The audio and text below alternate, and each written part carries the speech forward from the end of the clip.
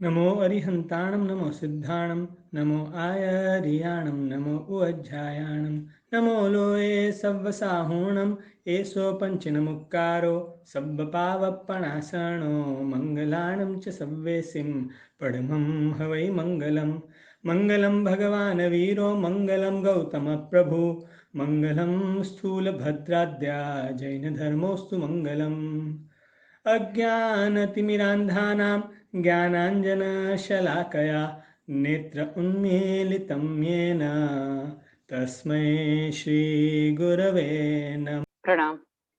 जी। हे प्रभु आनंद दाता ज्ञान हमको दीजिए, शीघ्र सारे दुर्गुणों को दूर हमसे कीजिए। लीजिए हमको शरण में, हम सदाचारी बने, ब्रह्मचारी धर्म रक्षक वीर व्रतधारी बने।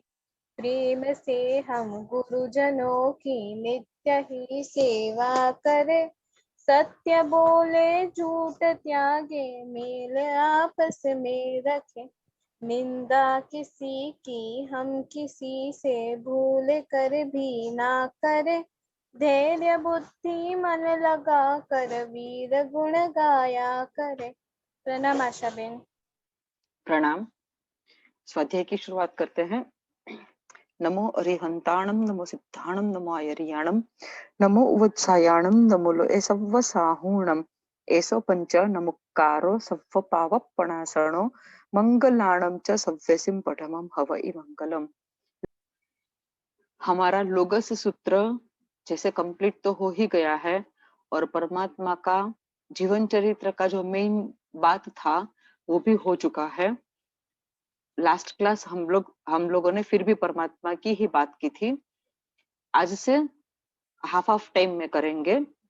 आज जैसे एक क्वेश्चन आया है कि शासन है प्रभुवीर का, लेकिन नाम ज्यादा लिया जाता है पार्श्वनाथ भगवान का, उनके मंदिर भी ज्यादा है, उनके तीर्थ भी ज्यादा है, ऐसा क्यों? इसके बारे में आगे अपने बात करेंगे। एक बार पहले श्री करेमी भंते सूत्र ले लेते हैं, क्योंकि अब के सूत्र छोटे छोटे हैं, तो थोड़ा सूत्र में भी हम आगे बढ़े और थोड़ा स्टोरीज में भी हम आगे बढ़ेंगे। ठीक है, आज पहले सूत्र लेते हैं। करेमी भंते समाइयम सावच्छम जोगम पचखामि छाव नियमम पज्जुवासामि दुविहम तिविहेणम मणेणम वायाए काएणम न करेमि न कारवेमि तस्य भंते पडिक्कमामि निंदामि गरिहामि अप्पाणम वोसिरामि। ये है करेमी भंते सूत्र। इसका शुद्धिकरण से सही तरीके से शुद्धिकरण से इसका उच्चारण किया। और आप लोग ने भी सबने ये किया होगा सूत्र तो शुद्धि कर लीजिएगा, और नहीं किया होगा सूत्र तो कर लीजिएगा। ये एक प्रकार से सामायिक का पचखान है। ये शाश्वत सूत्र है। ये क्यों शाश्वत सूत्र है? क्योंकि यही सूत्र जब तीर्थंकर परमात्मा भी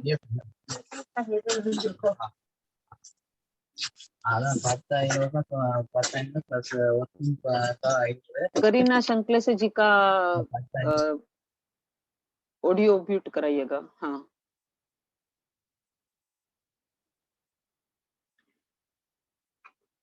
तो हर एक तीर्थंकर परमात्मा भी जब दीक्षा लेते हैं तब यही सूत्र का उच्चारण करके ये लाइफ टाइम के सामायिक का पचखंड लेते हैं। उसमें फर्क इतना रहता है, खुद परमात्मा है इसलिए वो भंते शब्द नहीं बोलते हैं। यहाँ पे भंते शब्द 2 बार आता है। करेमी भंते, भंते એટલે भंते मीन्स हे भगवंत। तो परमात्मा के सामने में कोई नहीं है, दूसरा कोई भगवान नहीं होता है, वो खुद ही परमात्मा है। इसलिए खुद के लिए संबोधन नहीं करेंगे कि हे भगवंत। और दूसरी बार वापिस जब आता है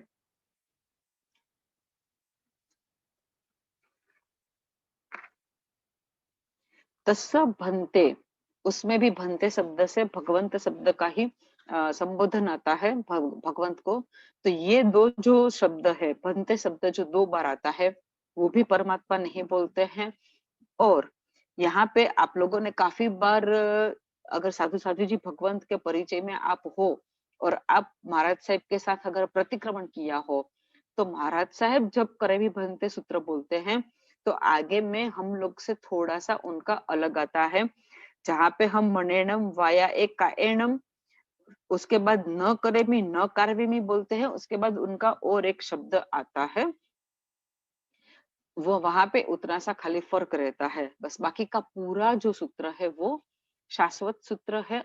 अनादि काल से अरिहंत परमात्मा होते आए हैं और अनंत काल से, यह अनादि काल से अरिहंत परमात्मा दीक्षा लेने के टाइम में इसी सूत्र का उच्चारण करते हैं। अब ये सूत्र हम लोग बोलते हैं जब हम सामायिक लेते हैं तब। ये सूत्र का हमारे लिए क्या अहमियत होना चाहिए? सबसे पहले तो ये सूत्र बोलने के समय में हमारे मन में ये बात एकदम से रोमांचित कर देने वाली है कि यही सूत्र परमात्मा ने खुद अपने मुंह से बोला था। क्योंकि बाकी के सूत्र जो है वो परमात्मा ने नहीं बोले हैं, परमात्मा ने देशना दी है, मतलब पूरा एक लेक्चर जैसे दिया और उसमें से सारांश के रूप में श्लोक बना या गाथा बनी। तो वो गाथा बनाई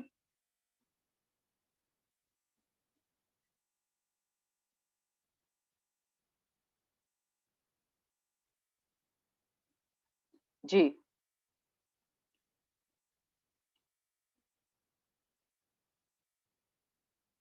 परमात्मा देशना देते हैं और देशना सूत्र के रूप में नहीं होती है, बातों के रूप में होती है। और बातों के रूप में जो बात बताई गई है परमात्मा के द्वारा, उसी को ही सूत्रों में ढाला है, पर कन्वर्ट किया है गणधर भगवंतों ने।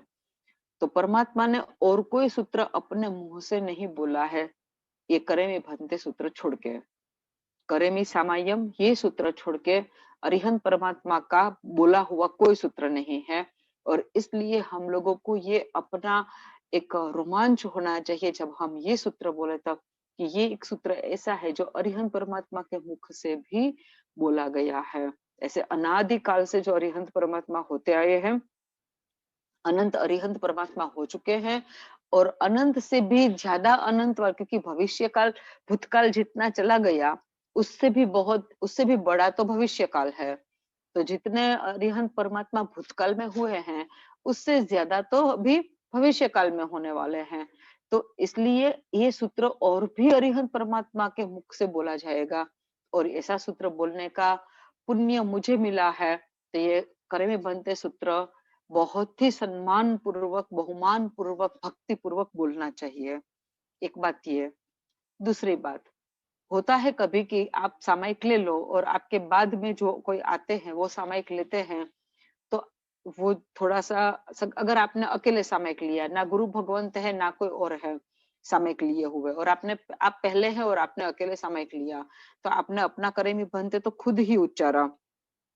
लेकिन आपके बाद जब कोई दूसरा व्यक्ति आता है और वो सामयिक लेता है, तो वो बोलता है अपने को थोड़ा जोर से, किचकरी भगवान पसे करी सामयिक दंड कुछ राव सोझिए।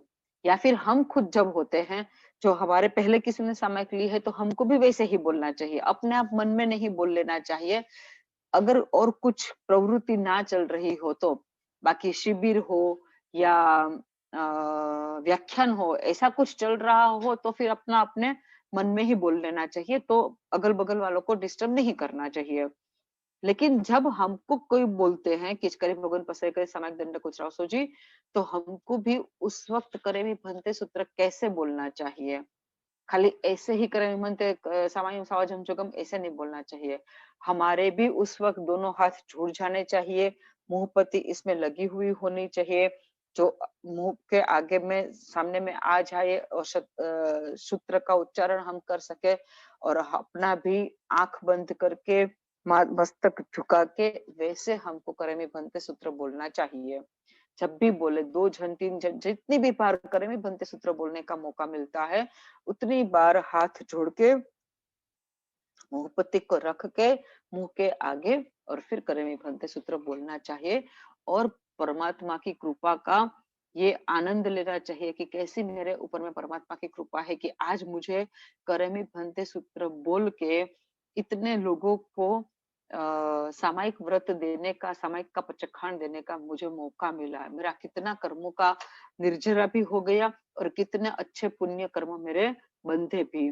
तो ये बहुत ही अहोभाव के साथ, बहुमान भाव के साथ, भक्ति भाव के साथ ये सूत्र का उपयोग जब हम करते हैं तो इस तरह से बहुत ही आनंद पूर्वक इसको बोलना चाहिए। अब लेते हैं इसके शब्दार्थ। करेमी भंते, हे भगवंत હું કરું છું, हम करते हैं। मीठा भी दुकड़म, थोड़ा मेरा गुजराती आ गया। करेमी माने हम कर रहे हैं, मैं कर रही हूँ। भंते, हे भगवंत, क्या कर रही हूँ? सामायम माने सामायिक कर रही हूँ। कब तक के लिए सामायिक करूंगी और क्या करूंगी सामायिक में और क्या नहीं करूंगी, इसके बारे में इसमें बताया गया है। सावजम जोगम पचखावे, पचखान करती हूँ। किस चीज का? तो सावजम जोगम, सावजम माने सावध्य माने पापकारी, जिससे पाप होता हो ऐसे योग का मैं पचखान करती हूँ, मतलब त्याग करती हूँ। योग माने मन वचन काया की प्रवृत्ति। जिस मन वचन, मेरे मन वचन काया की ऐसी कोई भी प्रवृत्ति कि जिससे पाप होता हो, ऐसी हर एक प्रवृत्ति का मैं त्याग करती हूँ। कब तक के लिए त्याग करती हूँ? नियमम पज्जुवासामि, नियम का जब तक मैं पालन करती हूँ या सेवती हूँ। मतलब 48 मिनट का मेरा सामायिक होता है, तो ये 48 मिनट के लिए मैं मन वचन काया से होने वाली पाप वाली प्रवृत्ति का त्याग करती हूँ। अब त्याग करने में भी भाई हर तरीके से नहीं हो पाएगा हमसे त्याग, इसलिए हम ये पचखान करते हैं कि हम 2 प्रकार से और 3 प्रकार से ये पाप नहीं करेंगे। दुविहम 2 प्रकार से, तिविहेणम 3 प्रकार से। अब दुविहम माने 2 प्रकार से, तो क्या होगा? 3 प्रकार से क्या होगा? मन से मणेणम, मन से, वाया वचन से, कायणम काया से। ये 3 प्रकार बताया। मन से, वचन से, काया से पाप नहीं करूंगी। अब दुविहम में क्या आता है? न करेमी, मैं करूंगी नहीं। न कारवे में, मैं किसी और से कराऊंगी भी नहीं। यहाँ पे इतना आया। यहाँ पे अपना जो हम लोगों को नहीं बोला जाता है, गुरु भगवान बोलते हैं, परमात्मा बोलते हैं कि हम किसी और से, और के किए हुए पाप की अनुमोदना भी नहीं करेंगे, क्योंकि हमारे लिए अनुमोदना का पाप हर समय लगता ही है। संसार में रहे हुए आदमी को, जीव को ये अनुमोदना का पाप लगेगा ही लगेगा। इसलिए यहाँ पे अनुमोदना वाला जो वर्ड है वो अपने अपने सूत्र में नहीं है। तो मन से, वचन से, काया से न करेंगे, ना करवाएंगे। तस्स न कारवेमी, तस्स भंते पडिक्कमामी, हे भगवंत, આવું જે કંઈ પણ મેં પહેલા કર્યું હોય, मन ऐसा मैंने जो कुछ भी पहले किया हो, मन से, वचन से, काया से, जो कोई प्रकार की पाप प्रवृत्ति की हो या किसी और से करवाई हो, तो इसका मैं पडिक्कमा में प्रतिक्रमण करती हूँ। निंदा में, आत्मा की साक्षी से मैं वो पाप की मैं निंदा करती हूँ। गरिहा में, गुरु जो है सामने में स्थापनाचार्य जी के रूप में या ठवणाचार्य के रूप में जो गुरु भगवंत है, उनकी साक्षी में मैं विशेष प्रकार से निंदा करती हूँ। और मैं अप्पाणम वोसिरामी, अप्पाणम माने मेरी आत्मा को, वोसिरामी माने वोसिराती हूँ।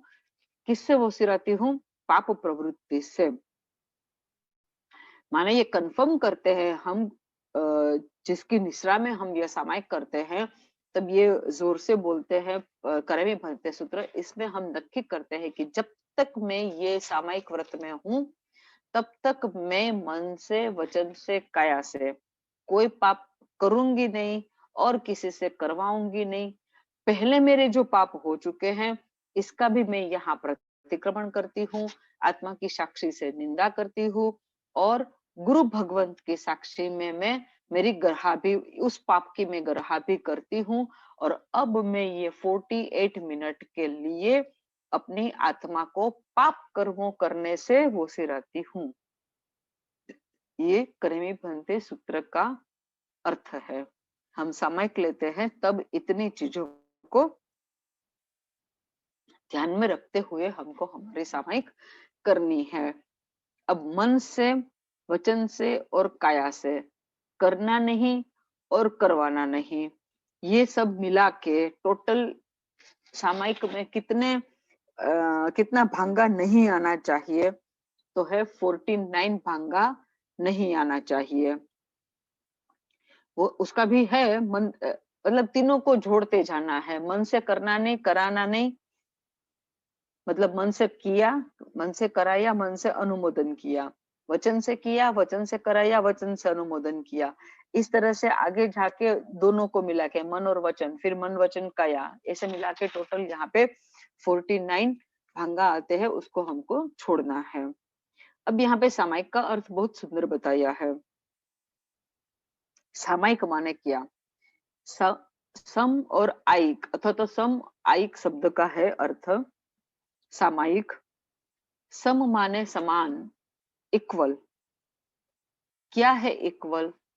तो जो मोक्ष को मिलाने में ज्ञान और दर्शन को जो रिक्वायरमेंट होता है, सम्यक दर्शन और सम्यक ज्ञान का जो रिक्वायरमेंट होता है मोक्ष को प्राप्त करने के लिए, उस सम्यक दर्शन और सम्यक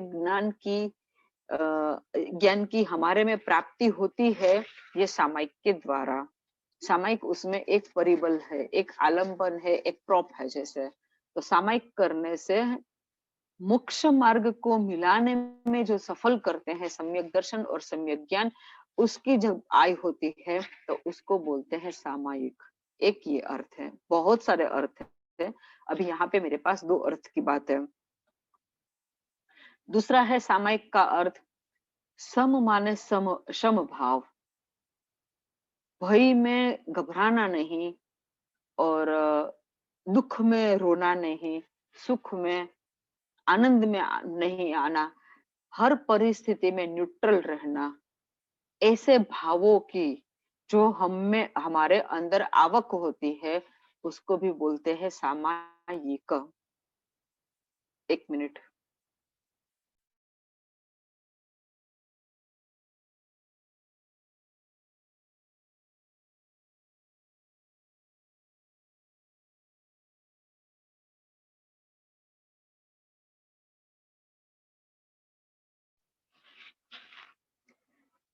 ये हुआ करनी बनते सूत्र का अर्थ।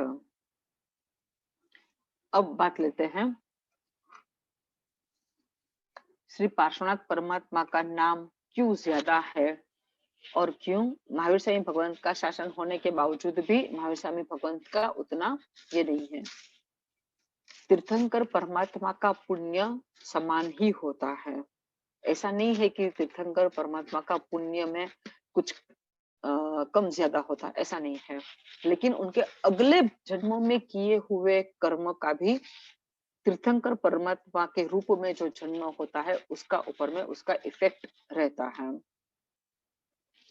अब जो पार्श्वनाथ भगवान की आत्मा, पार्श्वनाथ भगवान के हुए 10 भव, उनका जो 9th भव था जस्ट बिफोर तीर्थंकर परमात्मा, 9th भव जो था उसमें वो देवलोक में थे।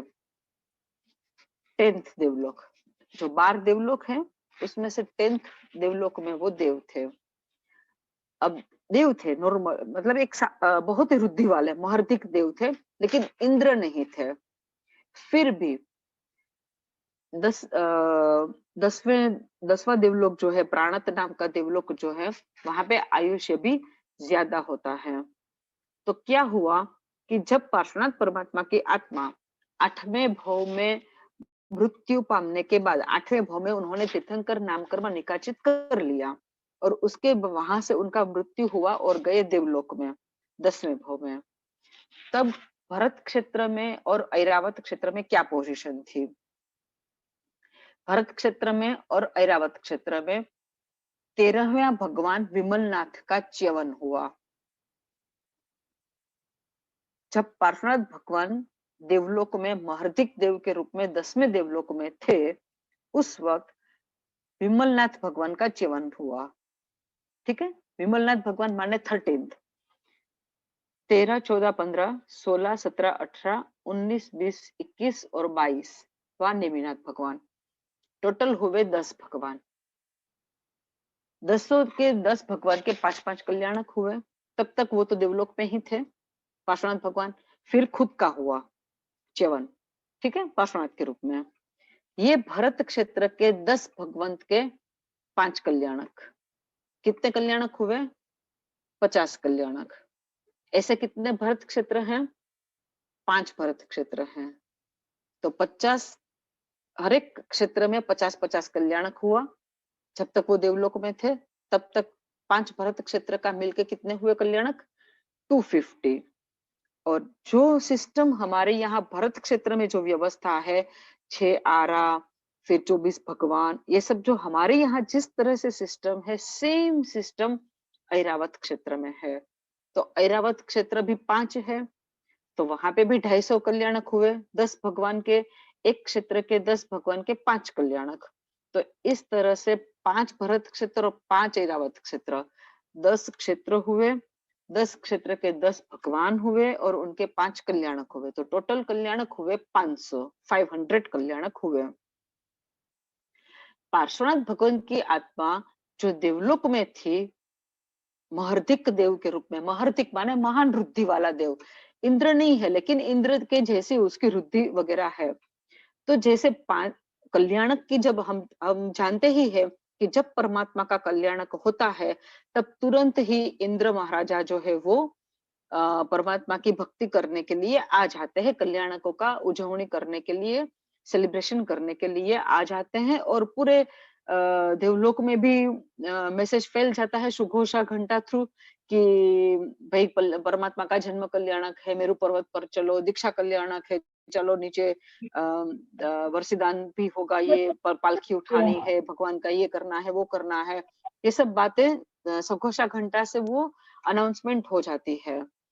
तो ऐसे होता है कि जब इंद्र महाराजा सौधर्मेंद्र जो होते हैं, अपनी साइड के सौधर्मेंद्र और ऐरावत क्षेत्र के ईशानेंद्र, जब सौधर्मेंद्र और ईशानेंद्र जब ये देवलोक में सुघोषा घंटा हरिण गमेशी देव के पास बजवाते हैं और अनाउंसमेंट कराते हैं कि भरत क्षेत्र में ये भगवान का ये कल्याणक है, ऐरावत क्षेत्र वाले बोलते हैं ऐरावत क्षेत्र में ये भगवान का ये कल्याणक है, तो सभी देवी देवता आते हैं नीचे में कल्याणकों का सेलिब्रेशन करने के लिए। लेकिन हम जैसे स्नात्र में बोलते हैं ना, लास्ट वाला जो पूरा है, आत्म भक्ति मड़िया के देवा केता मी तनु जाई, नारी प्रेरिया वड़ी निज कुलवट धर्मी धर्म सखाई। उस लाइन का ये अर्थ है कि आत्म भक्ति मड़िया के देवा, कितने सारे देव आत्मा की भक्ति से ही आ गए हैं मेरु पर्वत पर परमात्मा का जन्माभिषेक करने के लिए, क्योंकि स्नात्र महोत्सव पूरा का पूरा परमात्मा का जन्म महोत्सव का एक प्रतीक स्वरूप है। तो यहाँ पे जन्माभिषेक की बात होती है। तो आत्म भक्ति मल्या के देवा माने कितने सारे देव अपनी आत्मा की भक्ति, मतलब आत्मा में ही भक्ति का स्वभाव है, इसलिए परमात्मा का कल्याण का सेलिब्रेशन करने के लिए आ गए। आत्म भक्ति मणिया के देवा केता मी तनु जाई, तो कितने, केता माने कितने, थोड़े, बहुत सारे देव जो है वो अपने मित्र के बोलने से गए। मतलब कोई मित्र देव जा रहा है तो उसको बोलता है चलो तुम भी मेरे साथ, आप लोग जैसे कहीं जाते हो तो पर आपको इंटरेस्ट है पूजा करने के लिए जाने में, या पर्यूषण में आंगी करने के लिए जाने में, या फिर भावना में जाने का, तो आप भी अपने फ्रेंड्स को साथ में ले जाते हो। अब फ्रेंड का मन होगा तो होगा, तो कोई मन से आता है, कोई बिना मन से आता है, लेकिन आपके कहने से जैसे आ जाते हैं। तो इस तरह से कुछ देव अपने मित्र देव के बोलने से आए। नारी प्रेरिया, नारी माने स्त्री पत्नी, प्रेरिया माने प्रेरणा करने से। कुछ देव कैसे आए तो कि उसकी पत्नी ने बोला कि जाओ जाओ सब जा रहे हो, तो आप क्यों यहाँ पे बैठे हो, चलो चलो हम भी आते हैं, आप भी चलो। तो होता ही ऐसे, वाइफ जाती है साथ साथ में पति को भी ले जाती है, और कभी पति जाता है तो पत्नी को भी लेके जाता है। तो यहाँ पे कुछ देव आए हैं अपनी पत्नी के कहने से, वड़ी निज कुलवट, नारी प्रेरिया वड़ी निज कुलवट। और कुछ देव ऐसे थे जो अपना आचार है, अपना व्यवहार निभाना चाहिए, भाई फैमिली का बात है, ये सब ऐसे बोल के हम जाते हैं ना, कोई रिलेशन में कोई फंक्शन होता है तो मन से नहीं जाते हैं। कभी कभी क्या होता है कि भाई फैमिली का फंक्शन है, जाना पड़ेगा, क्या करे, चलो चलता है। नहीं तो कोई होता है जिसको खाली घर में ही बैठे रहना अच्छा लगता है, कोई फंक्शन में जाना अच्छा नहीं लगता, लेकिन फैमिली का फंक्शन आने से जाना ही पड़ता है। तो इस तरह से परमात्मा का कल्याण की उजवनी करने के लिए कुछ जो होते हैं वो अपनी खुद की इच्छा से आते हैं, कुछ जो होते हैं वो फ्रेंड मित्र के देव के बोलने से आते हैं, और कुछ होते हैं वाइफ के बोलने से आते हैं, और कुछ होते हैं अपना एक व्यवहार समझ के, एक फर्ज समझ के आते हैं। यहाँ पे ये 500 कल्याणक जब हो रहे थे भरत क्षेत्र में और ऐरावत क्षेत्र में मिलके, उस वक्त ये पार्श्वनाथ भगवंत की आत्मा जो है वो किसी के बोलने से भी नहीं, अपने कुल का आचार समझ के भी नहीं, और सिर्फ आत्मा की भक्ति को भी समझ के नहीं, वो इतने एक्साइटेड हो जाते थे कि जैसे ही कल्याण का पता चलता है वो तुरंत चले जाते थे, तुरंत आ जाते थे। परमात्मा ये 10 कल्याण, मतलब आप सोचिए पार्श्वनाथ भगवान नेक्स्ट तीर्थंकर होने वाले हैं, लेकिन फिर भी नेमिनाथ भगवंत के पांचों कल्याणकों की सेलिब्रेशन में पार्श्वनाथ भगवंत की आत्मा आई हुई है। उनके दीक्षा में भी पार्श्वनाथ भगवान देव स्वरूप, देव के रूप में आए, अरे देव थे तो आए हुए थे। उनके केवल ज्ञान कल्याणक में भी आए थे, उनके निर्वाण कल्याणक में भी आए थे, उनके जन्म में भी आए थे, उनके जीवन कल्याणक में भी आए थे। इस तरह से विमलनाथ भगवान से लेके 13th विमलनाथ भगवान से लेके नेमिनाथ भगवान तक के कल्याणकों की उजवनी पार्श्वनाथ भगवंत ने की थी, पार्श्वनाथ भगवंत की आत्मा ने की थी। उस तरह भी 250, इस तरफ भी 250, भरत क्षेत्र के 250, ऐरावत क्षेत्र के 250। अब कोई अगर 500 कल्याणकों की उजवनी में कोई अपना खुद का फुल मूड के साथ, पूरे उत्साह के साथ, पूरी भक्ति के साथ, लगन के साथ, दिल से जो अगर आएगा तो वो कितना ज्यादा कर्मों का, पुण्य का उपार्जन करेगा। अगर आपका ही अपने लोग का ही बात ले, पर्यूषण आता है, अब आएगा चातुर्मास आएगा, पर्यूषण आएगा, कोई हो देरासर का, जो अगर आपके घर के आसपास में या आप जिस संघ में हो उस संघ में देरासर हो, उपाश्रय हो, गुरु भगवान चातुर्मास के लिए आने वाले हो, समझो कि अब अभी लॉकडाउन भी नहीं आने वाला हो, एकदम कोई प्रॉब्लम नहीं आने वाला हो, ऐसा अपने को समझ में आ जाता है। मंदिर जिनालय का भी शुद्धिकरण करना चाहिए, संग संग उपाश्रय का भी शुद्धिकरण करना चाहिए। तो कोई होता है जो खुद इनिशियलिटी लेता है कि भाई आषाढ़ महीना आ रहा है, अब ज्यादा दिन बाकी नहीं है चातुर्मास के, और चातुर्मास में गुरु भगवान का प्रवेश होने से पहले मेरे को अपना एकदम उपास रही, नीट एंड क्लीन चाहिए, मंदिर भी एकदम स्वच्छ चाहिए। तो चलो कोई एक होता है इनिशियलिटी लेता है, और वो बोर्ड भी लिखेगा, वो टाइम भी अपना फिक्स करेगा कि इतने बजे से लेके इतने बजे तक अपने काम करेंगे, ताकि सबका कोई आराधना ना छूट जाए, किसी का रात्रि भोजन का त्याग ना हो, ऐसा भी ना हो जाए। इस तरह से टाइम सेट करके करेगा, फिर बोर्ड भी लगाएगा। फिर कोई सोचेगा कि चलो मेरे हम तो ये टाइम में फ्री ही होते हैं, चलो चलते हैं। कोई बोलते हैं कि हम तो जाते हैं आज शुद्धिकरण के लिए, तो आपको आना है क्या? तो इस तरह से जो इनिशियलिटी लेते हैं, हर बार वो इनिशियल, जब भी मंदिर में कुछ फंक्शन आएगा, कुछ भी अनुष्ठान आएगा, जो परमात्मा मूल नायक भगवान के रूप में है, उनका कल्याणक आएगा, तो कल्याणकों के दिन में भी काम करेगा, मंदिर को सजाने का काम, कुछ भी हो, जो इनिशियलिटी लेके करता रहेगा, करता रहेगा, करता रहेगा, सालों साल करता रहेगा, तो संघ में सब कोई उसको कितना आदर देगा, कितना सम्मान देगा, उसका सम्मान भी होगा, उसका बहुमान भी होता है। तो यहाँ पे इतनी सामान्य घटना जो हमारी एक्चुअली फर्ज में ही आती है, ऐसा भी अगर हम एक बार से ज्यादा बार, अधिकतम बार, और खुद की इच्छा से पूरे तन मन धन से हम अगर करते हैं, तो भी हमारा यहाँ पे नाम होता है, लोग सम्मान देते हैं, बहुमान देते हैं। तो ये तो सब लोग अपना रेगुलर का है। पार्श्वनाथ भगवान की आत्मा ने देवलोक में देव के रूप में जो किया, 500 मतलब 100 तीर्थंकर परमात्मा के 5-5 कल्याणों का सेलिब्रेशन उन्होंने एकदम फ्रंट में रह के किया, पूरी मन से, लगन से, दिल से किया। तो उनका कितना नाम, उन्होंने कितना ज्यादा यश नाम कर्म, इसको यश नाम कर्म नहीं बोलते, आदेय नाम कर्म बोलते हैं, कितना उपार्जन किया होगा। अब तीर्थंकर नाम कर्म तो निकाचित हो ही चुका था 8वें भव में, अब 9वें भव में देवलोक में रहते हुए उन्होंने इतना सारा किया। इसकी वजह से क्या हुआ, उनका आदेय नाम कर्म अपने आप ही इतना जबरदस्त हुआ, ये 500 कल्याणकों का सेलिब्रेशन करने की वजह से। कि जब पार्श्वनाथ भगवंत ने दीक्षा ली, केवल ज्ञान का प्राप्ति हुआ, तीर्थ की स्थापना की, और तीर्थ की स्थापना करने के बाद उनके जितने भी साधु भगवंत हुए, गणधर भगवंत हुए, 10 गणधर भगवंत हुए, पार्श्वनाथ भगवान के जितने भी साधु भगवंत हुए, साधु जी भगवंत हुए, वो सब पार्श्वनाथ भगवत की चरणों में अपना जीवन समर्पित किया। तो और पार्श्वनाथ भगवंत का शासन सबसे कम समय के लिए रहा, सिर्फ 250 ईयर्स से पार्श्वनाथ भगवान का निर्वाण हुआ, और महावीर स्वामी भगवान का जो शासन शुरू हुआ, उसके बीच में कितने सालों का फासला रहा, सिर्फ 250 ईयर का। और जैसे ही महावीर स्वामी भगवंत को केवल ज्ञान होगा, अगला शासन तो विच्छेद हो जाएगा पार्श्वनाथ का, अब से नया शासन शुरू हो जाएगा। तो सिर्फ 250 ईयर का ही खाली शासन रहा, फिर भी पार्श्वनाथ भगवंत का नाम ज्यादा है, उनके तीर्थ भी ज्यादा है, और लोग भी कुछ भी हो प्रॉब्लम, पार्श्वनाथ भगवंत का स्मरण करते हैं, और उनकी ऐसी जो बातें होती है, वो कोई इच्छा हो, ऐसी कोई विघ्न ना हो, ऐसा कोई अनुष्ठान करने का वो भाव हो, तो वो सब कंप्लीट भी हो जाता है। क्यों हो जाता है, कैसे हो जाता है?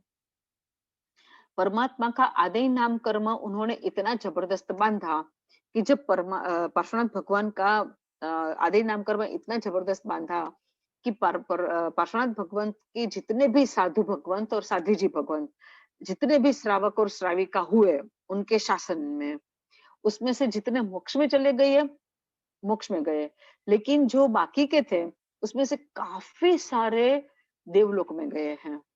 अभी देवलोक में ही है, क्योंकि देवलोक का आयुष्य तो कितना लंबा होता है, मिनिमम 10,000 वर्ष। कोई भी देवलोक में मिनिमम 10,000 वर्ष का तो आयुष्य है ही। तो अभी पार्श्वनाथ भगवान को हुए 10,000 वर्ष तो हुए नहीं है, 2,600 वर्ष हुए महावीर स्वामी भगवंत के, 72 ईयर का महावीर स्वामी भगवंत का आयुष्य, उसके उसमें जोड़ लो आप 250 ईयर्स का गैप दो शासन के बीच में, और 100 वर्ष का पार्श्वनाथ भगवंत का आयुष्य। तो मुश्किल से 250, 100, 350, 72 ईयर्स यहाँ पे आप ऐड कर लो तो 422, और उसमें ये 2600, 3100 ईयर मुश्किल से हुआ है, और देवताओं का आयुष्य होता है मिनिमम 10,000 वर्ष। तो जो पार्श्वनाथ भगवान के शासन में साधु साध्वी श्रावक श्राविका जो साधना करके मृत्यु पाम के देवलोक में गए, अब जब देवलोक में कोई जीव उत्पन्न होता है तो तुरंत उस विमान में पहले से ही जो उत्पन्न हुए देव और देवियां हैं, वो उनके पास आते हैं, उनको बहुत अच्छे से वेलकम करते हैं, और उनको पूछते हैं कि आपने ऐसा क्या पुण्य किया कि आप देवलोक में आए हैं। तो वो तुरंत अपने अवधि ज्ञान का उपयोग करते हैं, और देखते हैं कि अरे हम तो पार्श्वनाथ भगवान की कृपा से, उनकी सेवा करने से हम देवलोक में आए हैं। तो पार्श्वनाथ भगवान का आदेय नाम कर्म इतना जबरदस्त होने की वजह से क्या होता है कि ये देवी देवता ये जो उत्पन्न हुए हैं देवलोक में, वो देवलोक के भोग सुख तो भोगते हैं, वो तो पुण्य है इसलिए भुगतना ही पड़ेगा, लेकिन जमीन पर पार्श्वनाथ भगवान की कृपा को भूले नहीं है। और इसलिए पार्श्वनाथ भगवान का कोई सच्चे मन से अगर स्मरण करता है, तो ये देवलोक के जो देव देवी है वो जागृत होते हैं। जागृत माने वो सोए हुए नहीं रहते हैं, लेकिन अलर्ट होते हैं, और अलर्ट होके सोचते हैं कि कौन मेरे जैसा ही पार्श्वनाथ का भक्त है, क्योंकि खुद भी पार्श्वनाथ का भक्त है।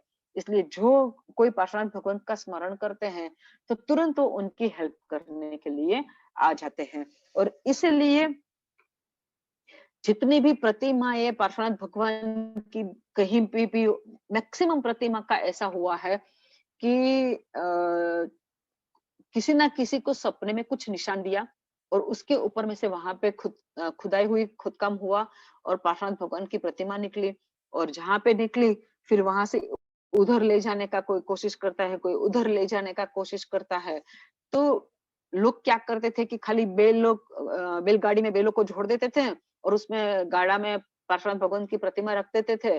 और अब बैल जहां जाए, जिस दिशा में जाए और जहां ठहर जाए, वहां पे ही वो पार्श्वनाथ भगवान की प्रतिमा का मंदिर बनता है, तीर्थ बन जाता है।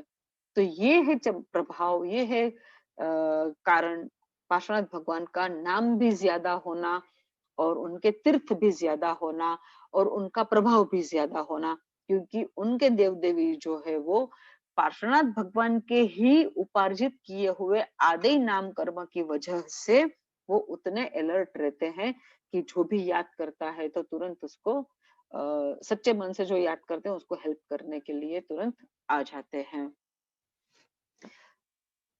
यहाँ पे एक बात ये भी है कि नेमिनाथ परमात्मा का ही बात अब कर रहे हैं, तो अपने को ये भी एक बात क्वेश्चन होना चाहिए कि आप लोगों को सबको पता है शंखेश्वर पार्श्वनाथ भगवान का तीर्थ। अब शंखेश्वर पार्श्वनाथ भगवान की प्रतिमा जो है वो लास्ट चौबीसी, भूतकाल में जो चौबीसी हुई लास्ट वाली, उसके 9th तीर्थंकर जो हुए थे दामोदर भगवान, उनका जो उनके शासन में जो एक श्रावक हुआ, आषाढ़ी श्रावक, उसकी बनाई हुई ये प्रतिमा है। अभी जो शंखेश्वर में मौजूद है वो आषाढ़ी श्रावक अंतिम चौबीसी, लास्ट चौबीसी के 9th तीर्थंकर के समय में बनवाई हुई ये मूर्ति है।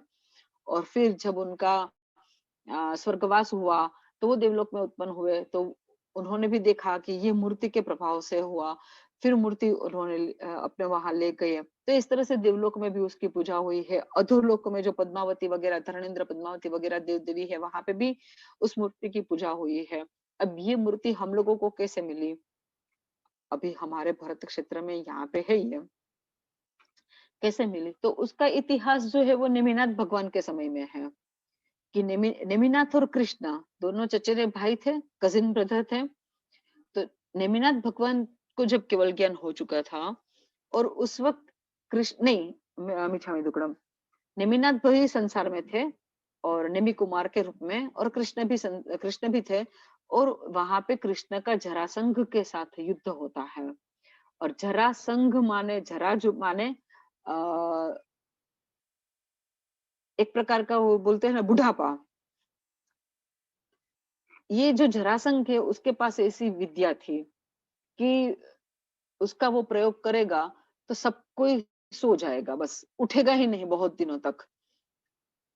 कृष्ण वासुदेव थे, इसलिए उनको हराना पॉसिबल नहीं होता है, क्योंकि जरासंघ प्रति वासुदेव था। अब प्रति वासुदेव कभी भी वासुदेव को हरा नहीं सकता है, ये नियम उन लोगों को पता ही होता है। लेकिन ये होता ही ऐसा है कि प्रति वासुदेव का घमंड इतना ज्यादा होता है कि वो ये सच्चाई को एक्सेप्ट ही नहीं करते हैं कि मैं कभी भी वासुदेव को हरा सकता नहीं हूँ। तो यहाँ पे भी युद्ध होता है और युद्ध में जरासंघ जो है वो अपनी हारने की बाजी देख रहा है कि वो खुद हार रहा है। तो उस वक्त वो कृष्ण की पूरी सेना को जरा नाम की विद्या का प्रयोग से सुला देता है। अब 2 दिन तक सेना सोती रहेगी तो कृष्ण कैसे आगे युद्ध कर पाएगा? तो उस वक्त कृष्ण के रथ का सारथी कौन थे? नेमि कुमार। वो नेमि कुमार को बोलते हैं कि आप तो कुछ कीजिए, आप तो होने वाले तीर्थंकर है, आपकी तो शक्तियों का कोई प्रमाण ही नहीं है, इतनी शक्ति है आप में, तो आप कुछ कीजिए, ये मेरी सेना को उठाइए। तब नेमि कुमार जो है वो बताते हैं कृष्ण को कि तुम अठम तप करो और धरणेन्द्र को प्रसन्न करो और उसके पास से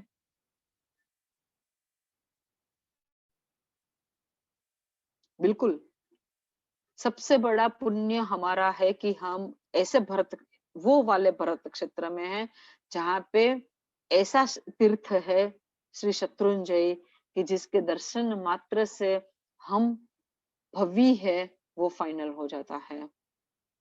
बाकी पूरे 14 लोक में ऐसा एक भी फील्ड नहीं है, एक भी मोन्यूमेंट नहीं है। इवन महाविद्य क्षेत्र में तीर्थंकर परमात्मा के सामने में साक्षात सिमंदर स्वामी के सामने में भी अगर कोई बैठा है तो भी वो अभवी जीव भी हो सकता है।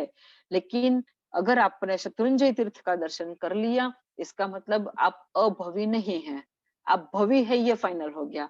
अब आपको समझ के पुरुषार्थ करना है कि आप मोक्ष में जा सकते हैं, आपको वीजा मिल गया। अब पुरुषार्थ आपको करना है, आप पुरुषार्थ करोगे तो मोक्ष में जाओगे। तो सबसे बड़ा हमारा ये फायदा है। बाकी शाश्वत तीर्थ, शाश्वत प्रतिमा, ये हमारे भरत क्षेत्र में ही नहीं है या है ऐसा नहीं है।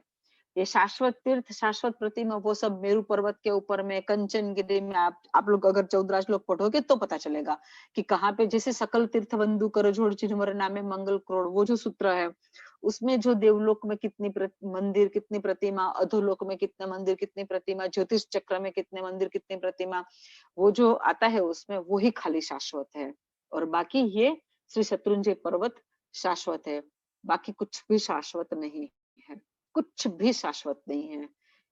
कितना शाश्वत है वो भी हमारे इसमें बताया गया है हमारे शास्त्र में। ओके, तो हमारा बात हो रहा था कि नेमी कुमार ने कृष्ण को बताया कि तुम अठम तप करो, इनको अधिष्ठायक देव को प्रसन्न करो और उनसे उनके पास रही हुई पार्श्वनाथ भगवान की प्रतिमा को मांगो, और वो प्रतिमा मिलने से उनका अभिषेक करो, और वो जो नवन जल मिलेगा तुमको उसको पूरी सेना के ऊपर में स्प्रे करो, तो पूरी सेना उठ जाएगी।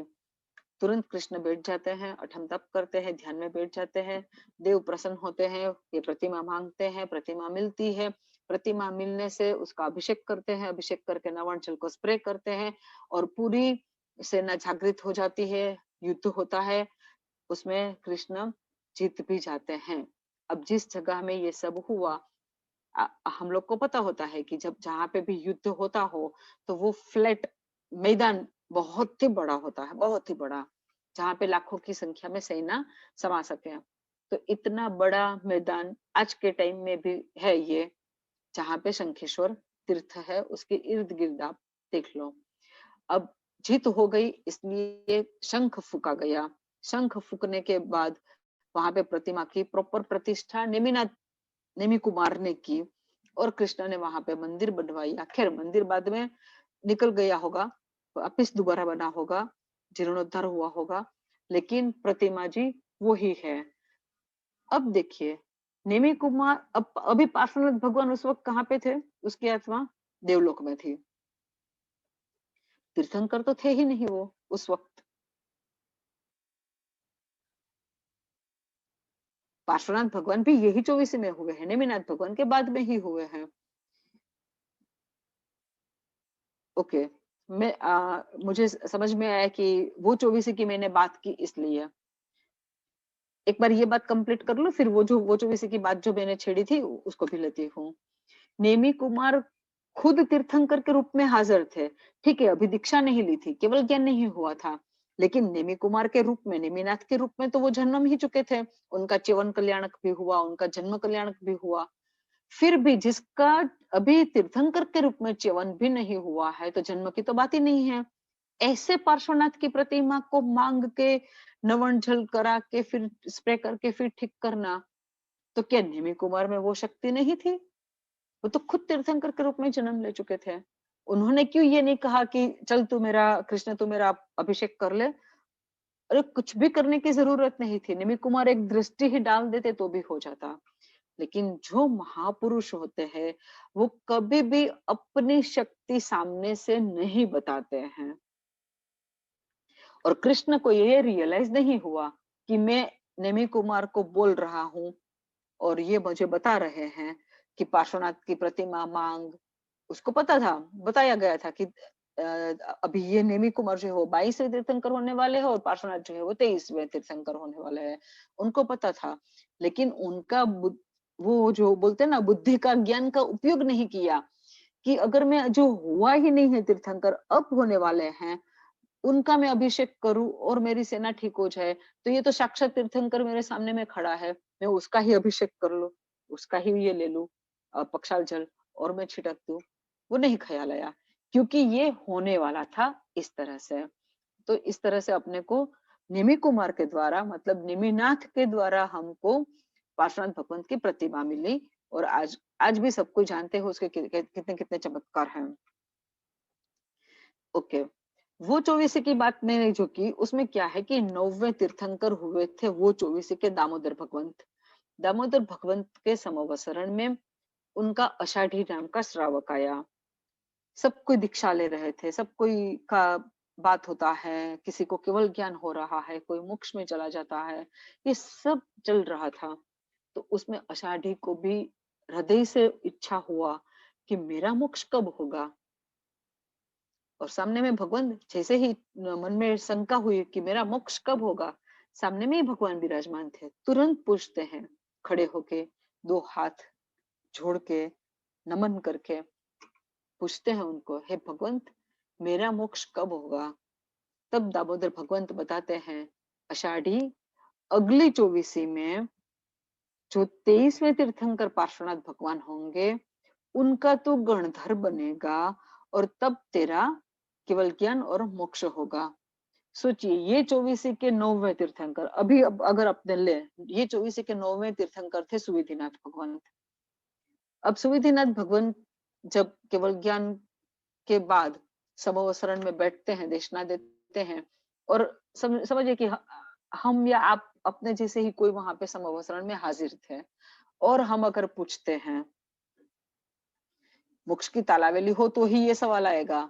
और अगर हम पूछते हैं कि सुविधिनाथ भगवंत, मेरा मोक्ष कब होगा, और अगर हमको वो बताए सुविधिनाथ भगवंत कि तेरा मोक्ष अगली चौबीसी में जो 23वां तीर्थंकर होगा, उसके शासन में तू दीक्षा लेगा, तू गणधर बनेगा, तेरा भी केवल ज्ञान होगा और मोक्ष होगा, तो क्या होना चाहिए अपने को मन में?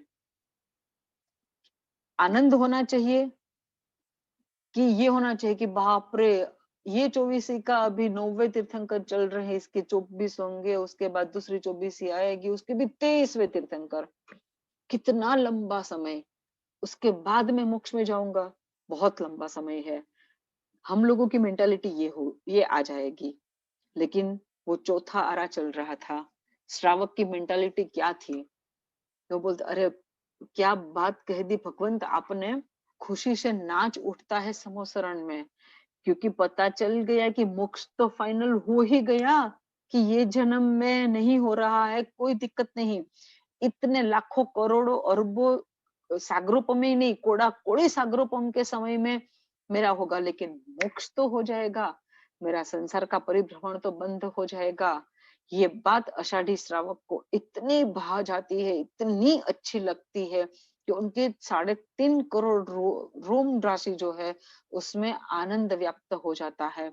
और वो परमात्मा को पूछते हैं, दामोदर परमात्मा को, कि मेरे परम उपकारी परमात्मा, जो आपने नाम लिया अगली चौबीसी का श्री पार्श्वनाथ भगवान, उनका कुछ स्वरूप मुझे बोलिए, तो मुझे उनका मैं प्रतिमा बनाऊं और उनका दर्शन करके मैं उनका उपकार मानना शुरू कर दूं।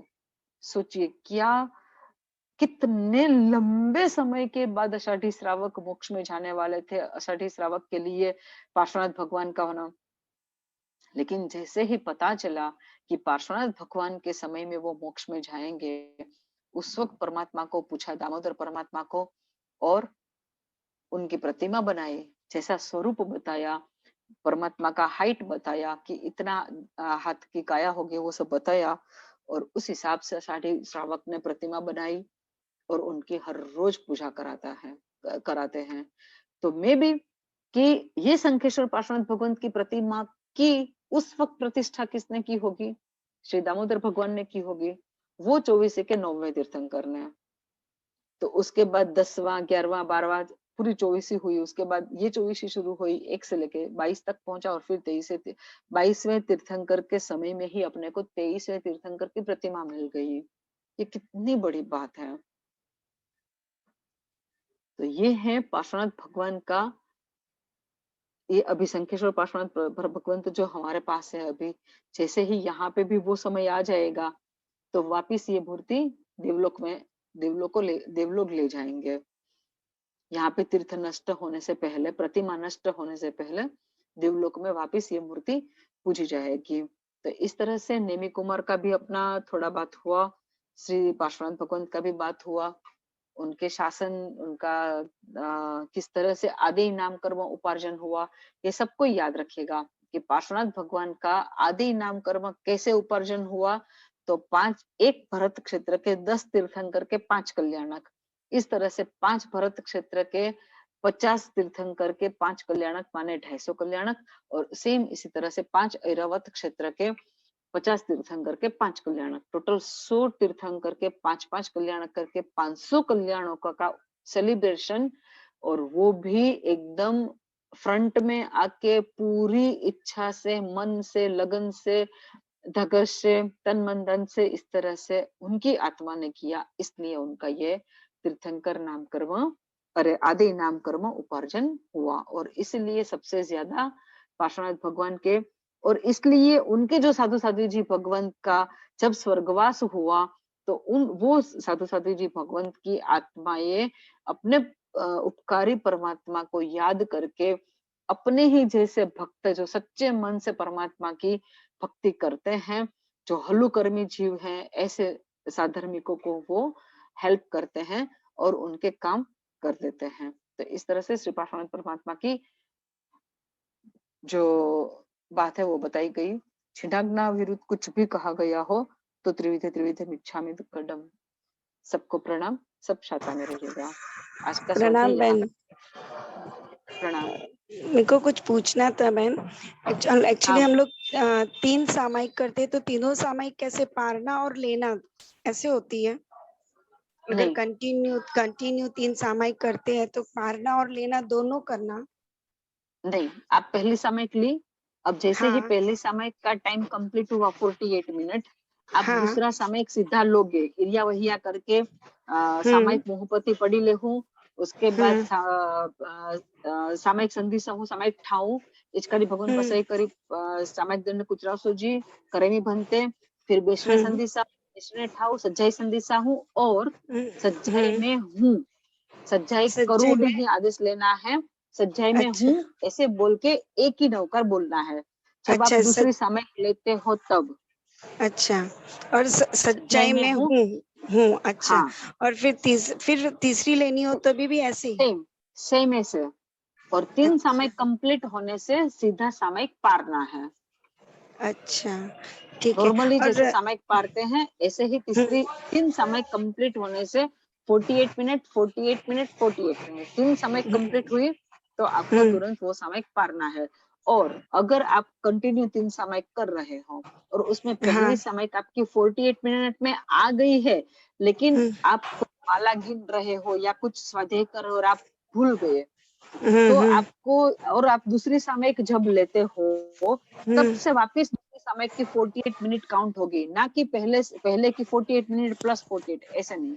तो आप जितने बजे दूसरी सामयिक लेते हो तब से उसकी 48 मिनट स्टार्ट होगी। अच्छा। और बहन, हम सामायिक कर रहे होते और घर पे आरती पूजा कर रहे हैं तो उठ के उसमें अटेंड कर सकते हैं कि कंटिन्यू अपनी नहीं, सामायिक में ध्यान रखना चाहिए? सामयिक के टाइम में सिर्फ सामयिक होती है। वो अच्छा सामयिक जो है वो एक प्रकार से भाव क्रिया है, भाव पूजा है, और आरती मंगल दिया वगैरह जो है वो द्रव्य पूजा है। अच्छा। और घर पे हम लोग है ना तो अपने तीर्थंकर की तो आरती नहीं करते, हमारी कुलदेवी की आरती करते, तो कर सकते हैं कैसे? और तीर्थंकर की आरती घर पे कर सकते हैं? अंजनशला की हुई प्रतिमा हो तो ही आरती मंगल दिया करते हैं। अगर अच्छा अंजनशला का की हुई प्रतिमा ना हो तो आरती मंगल दिया नहीं करना होता है। फोटो को भी आरती मंगल दिया नहीं करना होता है। और घर में कोई भी देवी देवता हो, चाहे संकीर्ति हो, मिथ्यात्वी, तो हमारे हमारे जैनों के घर में होने ही नहीं चाहिए, लेकिन फिर भी अगर है तो उनकी तो आरती बिल्कुल नहीं करनी होती है।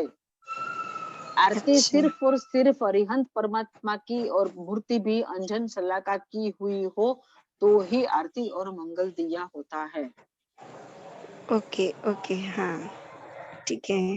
प्रणाम, धन्यवाद बहन। और खूब खूब अनुमोदना। आप जो भी बात करती है हमको बहुत बहुत अच्छा लगता है। हम इंतजार करते हैं उस दिन का और टाइम का कि बस कब ज्वाइन करें। खूब खूब अनुमोदना देवगुरु आपको। पसाय, देवगुरु पसाय, प्रणाम।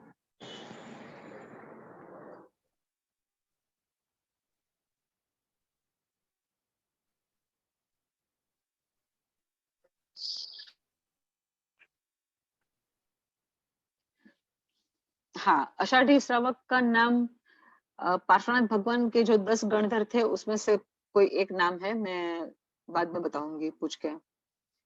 99% दत्त गणधर नाम है उनका शायद, लेकिन श्योर नहीं है, वो हम पूछ के बताएंगे। ठीक है।